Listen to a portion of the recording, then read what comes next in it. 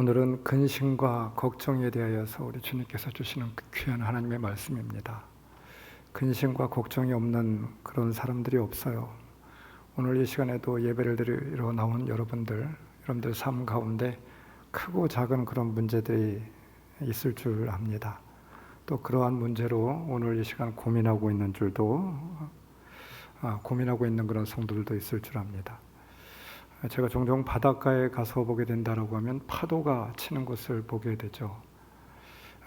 그 파도가 어떻게 일어나는지에 대해서는 잘 알고 있습니다.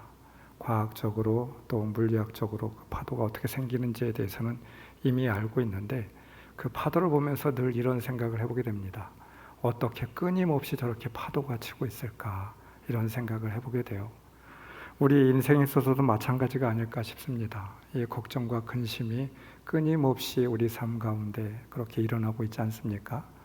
하나의 문제를 해결하게 된다고 하면 또 하나의 문제가 생기고, 또 하나의 문제를 해결하게 된다고 하면 또 하나의 문제가 또 생기게 되고, 우리 인생이 이렇게 끊임없는 문제와 또 걱정, 근심의 그런 일들 가운데 살아가고 있는 것이 지극히 당연한 것이 아닐까 싶어요.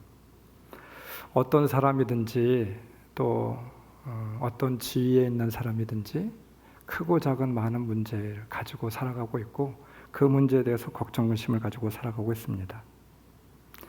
뿐만 아니라 매사를 근심하며 살아가는 것이 우리 생활의 일부분처럼 되어졌습니다. 오늘 성경에 보면 누가 염려함으로 그 길을 한자나 더할 수 있느냐, 이렇게 말씀하고 있어요. 염려, 그것은 믿음과 반대되는 것이죠. 마귀가 우리의 마음을 좀먹게 하는 방편으로 사용하는 무기입니다. 그럼에도 사람들이 평생 염려의 노예가 되어서 이 근심과 걱정 속에 파묻혀 살아가고 있습니다. 사랑하는 성도 여러분, 어떻게 하면 우리는 근심, 걱정으로부터 좀 노임을 받을 수가 있을까요? 자유로워질 수 있을까요? 우리 주님께서 우리에게 말씀하시는 이 걱정, 근심으로부터의 처방전은 과연 무엇이 되고 있습니까? 오늘 말씀은 의식주에 관련한 말씀을 하시고 있습니다. 언뜻 보게 된다라고 하면 먹을 거, 입을 거, 이와 같은 것들에 대해서 말씀하고 있는 것 같아요. 말씀 25절, 목숨을 부지하려고 무엇을 먹을까 또는 무엇을 마실까 걱정하지 말고 몸을 감싸려고 무엇을 입을까 걱정하지 말아라. 주님이 하신 말씀으로 보면 당시에도 먹을 것, 마실 것, 입을 것이 중요한 걱정거리가 되고 있었던 것으로 생각되어집니다.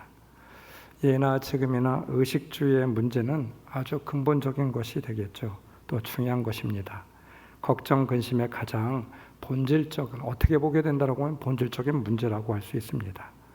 여기로부터 이 걱정, 근심이 그렇게 다 파생된 것이 아닐까 싶어요.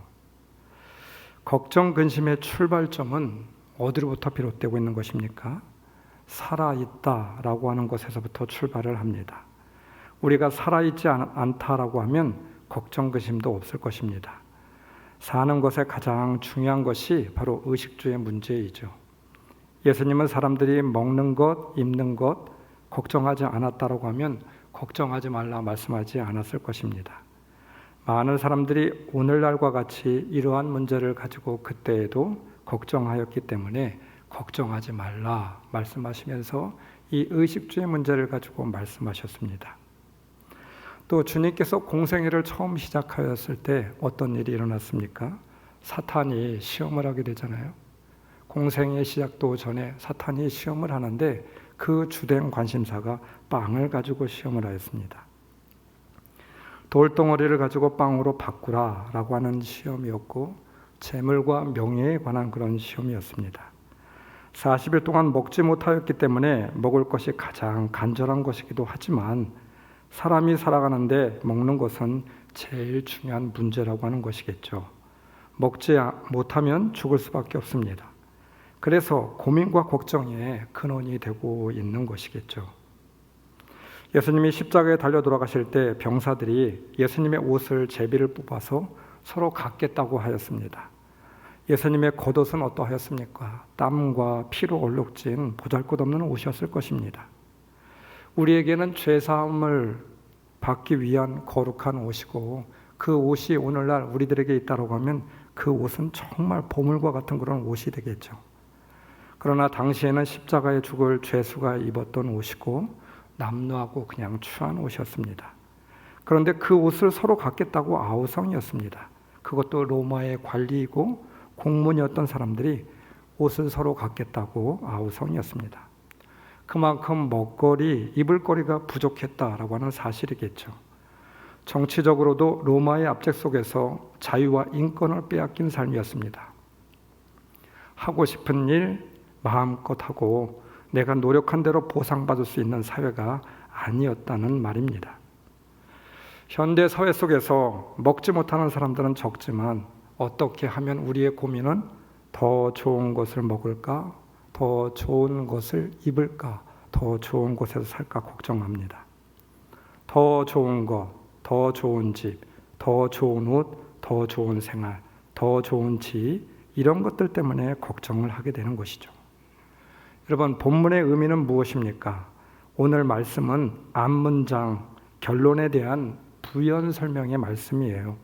중요한 접속사 그러므로 라고 하는 단어로 시작을 하고 있죠. 중요한 말씀이, 본질이 된 말씀이 이 앞에 있다라고 하는 말입니다. 이와 같은 결론이니 너희는 이렇게 하여야 된다, 어떻게 하여야 한다라고 하는 설명이겠죠. 말씀 24절, 아무도 두 주인을 섬기지 못한다. 너희는 하나님과 재물을 아울러 섬길 수 없다.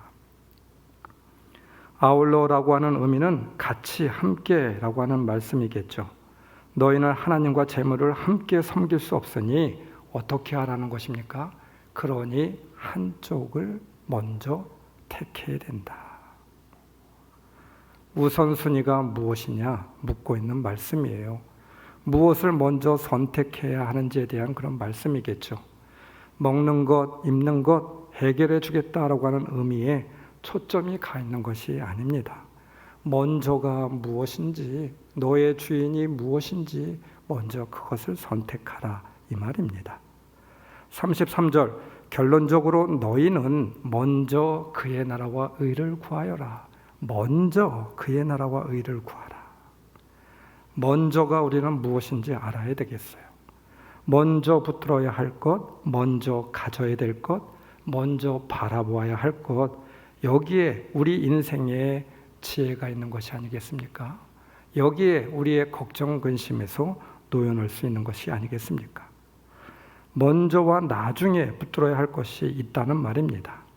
인생에 있어서 먼저 중요하게 붙들어야 할 것을 나중에 붙들면 안 됩니다. 낭패를 보게 됩니다. 아무리 바빠도 먼저 해야 할 것이 있습니다. 순서를 바꾸면 안 된다라고 하는 말이겠죠. 저는 시력이 안 좋아서 안경을 쓰고 있습니다. 사물을 볼 때 안경을 쓰고 보아야만 됩니다. 안경을 앞에 놓고 바라보게 된다고 하면 선명하게 바라볼 수가 있어요. 우리가 먼저 쓰고 바라봐야 될 것이 있습니다. 걱정스럽고 힘겨울 때 고민거리가 있을 때가 있습니다. 문제에 대해서 우리는 고민하기보다도 우리 앞에 있는 주님의 시선으로 이 문제를 바라보면 어떠할까요? 제가 종종 목회를 하면서도 그렇고 인생을 살아가면서도 그렇고 고민스러운 일이 있을 때가 있습니다. 또 화가 날 때도 있고 어떻게 해결을 해야 될지 참 출구를 알지 못할 때가 있기도 합니다. 이러할 때 어떻게 고민스러운 일, 이 걱정스러운 일을 해결해 나갈 수가 있을까요? 여러분들은 어떻게 생각하십니까? 여러분들의 인생 가운데 고민스러운 일, 걱정스러운 일, 우리가 먼저 앞에 두어야 될 것이 무엇이겠습니까? 저는 종종 이렇게 물을 때가 있습니다. 정말 힘겨운 문제가 만나게 되었을 때, 고민스러운 일이 있게 되었을 때 루터가 고백하였던 것처럼 주님이시라고 하면 이라고 하는 질문을 던져보게 됩니다. 의도적으로도 그렇게 한번 던져보게 됩니다. 내 생각 이전에, 이 문제이기 이전에 바로 주님께서는 어떻게 이 문제를 바라보고 있을까? 주님이시라고 하면 이 문제를 어떻게 풀어가실까? 생각해 보게 됩니다. 그렇다라고 하면 고민의 그 문제, 걱정스러운 문제에서 한 발 뒤에서 그렇게 바라볼 수 있는 지혜가 생길 때도 있습니다. 말씀 25절, 목숨이 음식보다 소중하지 않느냐? 몸이 옷보다 소중하지 않느냐 말씀합니다. 당연히 목숨이 음식보다 소중하고 몸이 옷보다 소중하다는 것이겠죠. 하나님보다 물질이 앞서서는 안 됩니다. 하나님보다도 어떤 그 문제도 앞서서는 안 됩니다. 중요한 건 하나님이 앞서야 된다라고 하는 것이죠. 돈보다도 더 중요한 것은 명예이겠죠. 돈보다도 건강, 돈보다는 사람의 생명, 돈보다도 믿음이 더 중요합니다. 돈이 많다고 해서 천국 가는 것이 아닙니다. 더 먼저 앞서야 될 것, 먼저 중요한 것이 있다라고 하는 말이겠죠. 이전에는 교회에 안 나가면 벌 받을 것이라고 생각했는데 돈 버느라고 교회에 못 나갔지만 벌도 안 받고 장사도 잘 됩니다. 그래서 교회는 가끔 액세서리로 나가게 되고 하나님도 이해해 주실 거라고 생각하게 되었습니다. 자기 위로를 하고 있는 것이죠. 하나님이 이 사업을 잘해서 돈 벌은 후에 교회에 잘 나가겠습니다. 이렇게 생각을 하기도 합니다. 지금은 주일날 사업상 술도 먹어야 되고 운동도 해야 되고 골프도 쳐야 되고 할 일이 너무 많으니까 하나님 섬기는 것은 잠깐 쉬고 돈 많이 벌은 다음에 그것을 헌금하겠습니다. 라고 하는 식으로 자기 변명, 자기 위장을 합니다. 지금은 중요한 것이 더 많으니까 신앙생활하는 것은 예배생활하는 것은 조금 미루어도 괜찮겠지. 지금은 상황이 안 되니까 다른 사람들도 다 그렇게 하고 있는데 또 다른 사람들도 다 그렇게 이해하고 있는데 한두 번 교회에 빠지고 우선순위 먼저 해야 할 것이 있다고 생각하고 있습니다. 그런데 나중에는 어떻게 됩니까? 오히려 그것이 당연시 되어버리게 됩니다. 나중의 것이 먼저가 되어버리는 경우가 종종 우리들에게 있지 않습니까? 하나님은 지금의 우선순위를 원하고 있습니다. 나의 현재의 상황에서 가장 먼저 가장 우선적인 것을 드리기를 원하시고 있어요. 그것이 상황이든 문제든 시간이든 형편이든 우리는 형편이 좋아지고 상황이 나아지고 문제가 해결된 뒤에도 먼저가 하나님이 되지 못할 것입니다. 어떤 상황에서든지 지금 나의 상황, 삶 속에서 항상 먼저 하나님이 되어야지만 나중에도 하나님의 먼저가 될 수 있는 것이죠. 사랑하는 성도 여러분, 여러분의 인생 가운데 상황과 문제들 가운데 늘 하나님이 제일 먼저가 될 수 있는 여러분들이 되시길 주님의 이름으로 축원합니다. 앞서야 할 것 앞서야만 됩니다. 먼저 두어야 할 것을 뒤로 두어서는 안 됩니다. 제가 어떤 부흥회의 제목의 글귀를 이번 주에 본 적이 있습니다. 결혼의 목적은 행복이 아닙니다 라고 하는 부흥회의 제목이었어요. 여러분, 결혼의 목적은 행복이 아닙니다. 그러면 무엇입니까? 여러분들은 무엇이라고 생각하십니까? 그 제목에는 결혼의 목적은 행복이 아니라 거룩입니다 이렇게 쓰여져 있더라고요. 제가 무릎을 쳤습니다. 결혼 생활의 목적은 거룩이 되어야 되겠죠. 저도 종종 신랑 신부에게 하는 말이기도 합니다. 우리의 심령이, 가정이 거룩한 성전이 되어야 되겠죠. 아내가 남편이 거룩한 사람이 되어야만 됩니다. 그러면 행복이 이루어지는 것이죠. 그러나 행복을 붙들려고 한다라고 하면 행복해지지 않습니다. 우리는 불완전한 존재에 불과합니다. 남편을, 아내를 통하여 행복을 얻으려고 한다라고 하면 우리는 곧 실망할 수밖에 없어요. 배우자뿐만 아니라 우리 인간관계에서도 마찬가지입니다. 배우자가 사람이 행복을 줄 수 있는 존재가 아닙니다. 주님을 닮아가야 되겠죠. 주님이 우리의 가정을 다스려야만 됩니다. 그래야 행복해질 수 있는 것이죠. 그래서 결혼의 목적은 거룩이 목적입니다. 우리의 가정이 거룩한 하나님의 교회가 먼저 되어야만 됩니다. 배우자가 먼저 거룩을 닮아가야 되는 것이죠. 사랑하는 성도 여러분, 앞서야 할 것이 앞서야만 됩니다. 먼저인 것을 뒤로 미뤄서는 안 됩니다. 먼저 하나님의 나라와 의를 구하라고 하였습니다. 먼저입니다. 하나님의 나라는 무엇입니까? 하나님의 주권이 실현되는 삶이죠. 하나님의 통치가 이루어지는 삶입니다. 하나님이 다스리는 삶입니다. 하나님의 의는 무엇입니까? 뜻입니다. 원하시는 뜻이 무엇인지 아는 일이죠. 하나님이 원하시는 뜻이 무엇인지 아는 것, 이것이 먼저입니다. 그러면 걱정할 일이 없습니다. 어떠한 문제와 상황에 직면하여도 하나님이 다스리고 있다라고 하면, 하나님의 뜻이 무엇인지 안다라고 하면, 하나님의 다스리심과 하나님의 뜻을 알지 못하기 때문에 우리는 걱정할 수밖에 없는 거 아니겠습니까?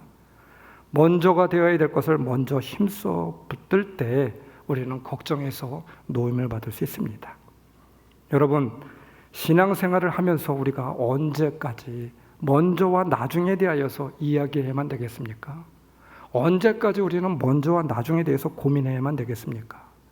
언제까지 우리의 삶 가운데 이 먼저와 나중을 착각하고 살고 있어야만 됩니까? 신앙생활을 한 지가 얼마인데 이제는 이렇게 초보적인 이야기를 하지 말아야 되겠죠. 하나님이 계신 것을 알고 있는 우리들입니다. 하나님이 살아계신 것을 믿고 있는 우리들이죠. 하나님이 오늘 우리를 다스리고 있는 것을 우리가 믿고 살아가고 있습니다. 그렇다라고 하면 먼저를 바로 알고 먼저를 믿고 먼저를 살아내는 성도가 되어야 되지 않을까요? 먼저는 머리로 아는 지식이 아닙니다. 삶으로 아는 지식이죠. 결단해야 하는 지식입니다. 이것이 중요합니다. 여기에 걱정과 근심이 멈추어지게 됩니다. 염려와 불안이 제거되는 것이죠. 이러한 삶을 살아갈 수 있는, 삶으로 결단하며 살아갈 수 있는 오늘 이 시간 여러분들이 될 수 있기를 주님의 이름으로 축원합니다. 왜 걱정하지 말아야 하는지에 대한 설명이에요. 이것이 중요합니다. 걱정하지 않아도 되는 이유, 하나님이 책임지시기 때문인 것이죠. 중요한 한 단어가 나옵니다. 하물며라고 하는 단어입니다. 하나님의 백성, 하나님이 책임지십니다. 여러분, 이것을 믿으십니까? 오늘 말씀 30절, 오늘 있다가 내일 아궁이에 들어갈 들풀도 하나님께서 이와 같이 입히시거든 하물며 너희들을. 26절, 너희는 새보다 귀하지 않느냐, 하물며 너희들을 먹이지 않겠느냐. 하물며에 대하여 의심하지 마십시오. 걱정하지 마십시오. 하나님을 신뢰하십시오. 하나님이 책임지십니다. 예수님께서는 땅에서부터 시선을 떼지 못하는 인간들을 향해서 눈을 들어 공중의 새를 볼 것을 촉구하고 있습니다. 단순히 하늘을 날아가는 새를 감상하라, 이 말이 아니겠죠. 무엇입니까? 심지도 않고 거두지도 않고 창고에 모아들이지도 않는 새들을 친히 먹이시고 돌보시고 보호하시고 책임져 주시는 그 하나님, 너의 눈을 열어서, 영적인 눈을 열어서 그 하나님을 바라보라, 이 말입니다. 그 하나님이 바로 우리의 아버지, 나의 아버지임을 믿으라 라고 하는 말씀이겠죠. 요한복음 14장 1절, 너희 마음에 근심하지 말라, 하나님을 믿으니 곧 나를 믿으라. 왜입니까? 주님은 나를 믿으라고 말하고 있습니다. 주님이 책임지시겠다라고 하는 말씀이죠. 우리는 어떤 문제 때문에 염려하는 것이 아니라, 여러분, 즉시 해야만 됩니다. 바로 알아야만 됩니다. 우리의 불신앙 때문에 염려한다라고 하는 사실을 알아야 됩니다. 먹을 것이 없다, 사회에서 버림을 받았다, 감옥에 갔다, 죽을 병에 걸렸다, 환경적인 요인 때문에 염려하는 것이 아니라 그것이 문제가 됨이 아닙니다. 생각해 보십시오. 근본적인 문제는, 본질적인 문제는 내가 하나님을 믿지 못하고 하나님의 존재를 부정하고 있기 때문에, 믿지 못하고 있기 때문 아니겠습니까? 나의 삶의 자리에, 고통의 자리에 없다고, 하나님이 없다고 생각하는 불신앙 때문인 것이죠. 그렇지 않다면 우리가 고민할 이유가 없어요. 하나님이 계신데 왜 우리가 고민해야만 되겠습니까? 하나님이 그 자리에 있다고 생각하면 우리는 고민하지 않을 것입니다. 안타까운 것은 믿는 자들도, 우리 대부분의 모든 성도들이 임마누엘을 믿고 있는 자들도 걱정하고 있다라고 하는 것입니다. 하나님이 그 자리에 계시지 않는다는 불신앙 때문, 불신앙을 가지고 있는 것이죠. 우리가 그래서 떨쳐버려야 될 것은 우리 안에 있는 불신앙입니다. 마태복음 8장 26절, 예수님이 타고 가는 배가 풍랑을 만나게 되었습니다. 여러분, 예수 믿는 사람들도, 예수님을 모시고 가는 배도 풍랑을 만났다라고 하는 거예요. 그런데 주님이 뭐라고 말씀하시는 줄 아십니까? 믿음이 적은 사람들아. 왜 믿음이 적으냐? 믿음이 적은 사람들아. 인생을 살다 보면 모든 것들이 막힘이 없이 원하는 대로, 생각한 대로 잘 풀릴 때가 있습니다. 마치 순풍에 돛단 듯이. 그런가 하면 역풍을 만날 때도 있고, 예수를 믿고 꼭 잘 되는 것만이 아닌 것처럼 보여질 때도 있습니다. 아니, 안 될 때도 있습니다. 태양이 뜰 때도 있지만 비가 내리고 눈이 내리고 폭풍이 칠 때도 있다는 사실을 우리는 기억해야만 합니다. 큰 풍랑이 일어나는 것은 내가 어떻게 할 수가 없어요. 바람이 불고 비바람이 불어닥치는데 내가 그 풍랑을 일어나지 말라고 할 수 있겠습니까? 안 돼요. 그런 일이 있을 수 없어요. 생각해 보십시오. 인생을 살아가면서 큰 풍랑이 나의 의도와 상관없이 몰아칠 때가 얼마나 많이 있었습니까? 그러나 중요한 것은 풍랑이 찾아올 때 풍랑 자체는 내가 컨트롤할 수 없지만 나의 자세와 믿음은 내가 선택할 수 있어요. 여러분, 그러지 않습니까? 두려워하고 안 하고 염려하고 안 하고는 내가 선택하는 것입니다. 그 선택에 따라서 우리는 지배를 받게 되는 것이죠. 미국의 한 비치에 갔을 때의 일이었습니다. 정말 그날은 너무나도 제가 이제껏 보았던 풍랑 가운데 그렇게 큰 풍랑을 본 적이 없었어요. 또 때마침 그때 그 비치에 가게 됐는지 모르겠습니다. 집채만한 파도가 일고 있는데 그 파도를 저 멀리 보니까 뚫고 파도를 향하여 달려가는 사람이 있었습니다. 서퍼들이었어요. 풍랑이 부니까 얼마나 좋아하는지 모릅니다. 그 집채만한 파도가 부는데도 거기를 그냥 과감하게 그렇게 달려나갑니다. 좋아서 서퍼를 하고 있습니다. 풍랑을 바꿀 수는 없지만 염려하지 않고 근심하지 않는 일, 내가 조종할 수 있는 것이죠. 이것이 믿음이고 이것이 신앙이죠. 걱정, 염려, 헬라어로 메림나우라고 하는 말입니다. 마음을 쓰다, 조심하다라고 하는 뜻을 담고 있어요. 얼른 보면 그렇게 나쁜 말 같지가 않습니다. 기본적인 의미 외에 바로 이 메림나우라고 하는 이 낱말은 다른 뜻이 있습니다. 또 하나의 뜻이 있는데 마음이 나뉘어져 있다라고 하는 사실입니다. 두 군데를 바라본다라고 하는 의미입니다. 두 군데를 바라보는 것, 그것이 바로 염려이죠. 세상과 하나님입니다. 그래서 우리는 정해야만 됩니다. 한쪽으로 몰아야만 됩니다. 한쪽을 포기하고 한쪽을 선택하는 것입니다. 세상을 선택할 것인지 아니면 하나님을 선택할 것인지, 세상의 문제를 선택할 것인지 하나님의 언약을 선택할 것인지 우리는 선택할 수 있습니다. 여러분, 여러분의 심령은 항상 두 마음 중 어느 쪽을 선택하고 싶습니까? 어느 쪽이 앞서고 있습니까? 걱정과 두려움과 염려를 지울 수 있는 방법, 메림나우, 두 마음을 하나로 모으면 됩니다. 불행한 쪽으로, 금신된 쪽으로 모으는 것이 아닌 한쪽을 버리는 것이죠. 하나님을 선택하고 하나님을 바라보는 것입니다.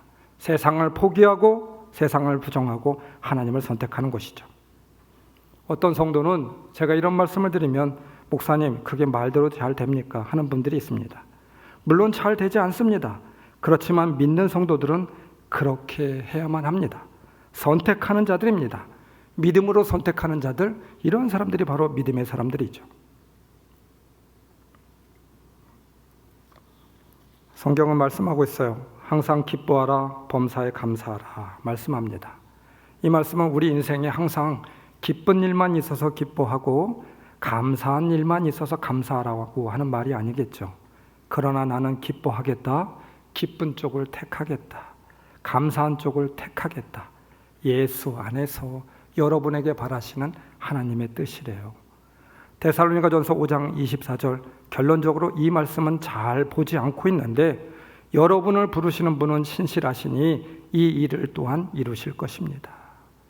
분명히 신실하신 하나님이 의도적으로 선택하고 바라보는 이에게, 이렇게 선택하는 이에게 너희가 바라보는 쪽으로 내가 이루시겠다, 이 말입니다. 이것이 바로 결론입니다. 어느 아빠에게 3살짜리 아들이 있었어요. 아빠가 어느 날 사업을 하는데 고민을 하고 있었습니다. 밥을 먹지도 못하고 고민하고 있었습니다. 아들이 이러한 걱정 근심을 하고 있는 아빠를 보고 말합니다. 아빠, 무엇 때문에 걱정하세요? 아빠, 그 모든 문제 다 내가 해결해 줄게요. 가지고 오세요. 아빠 걱정하지 마세요. 이 철없는 아들은 아빠에게 이렇게 이야기했다라고 해요. 아들이 아빠를 생각하는 마음은 기특하지만 말도 안 되는 소리지 않습니까?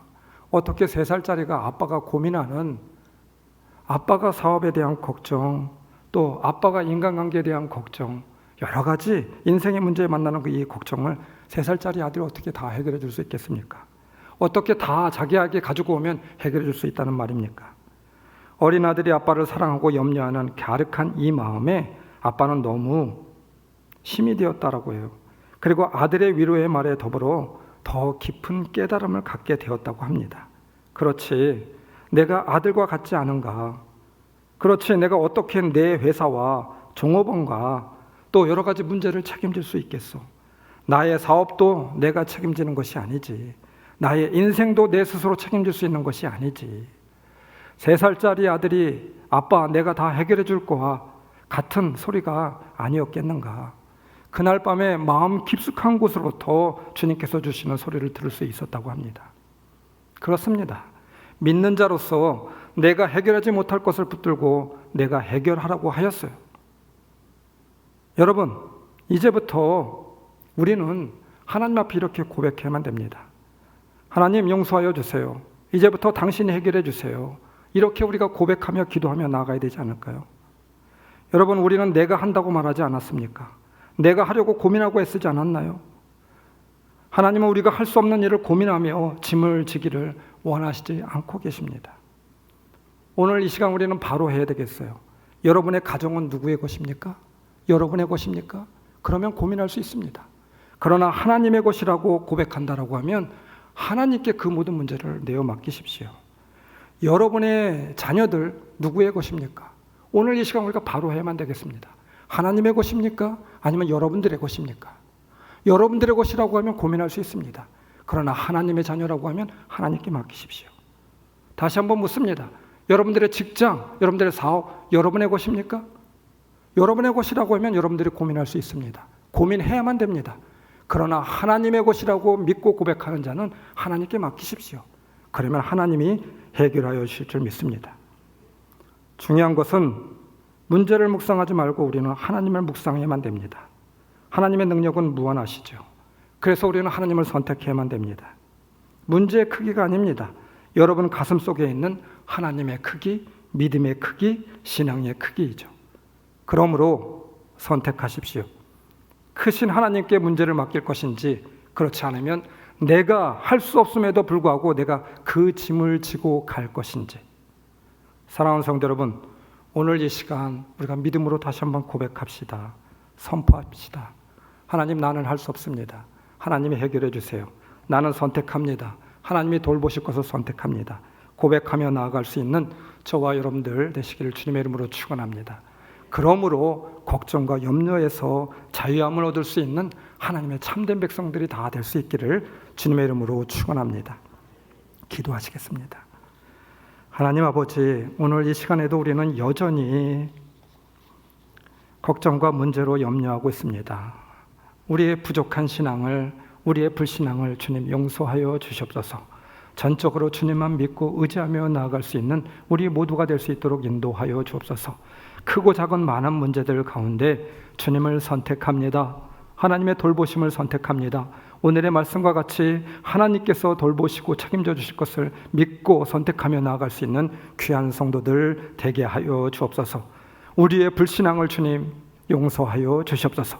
예수님의 이름으로 기도드리옵나이다. 아멘.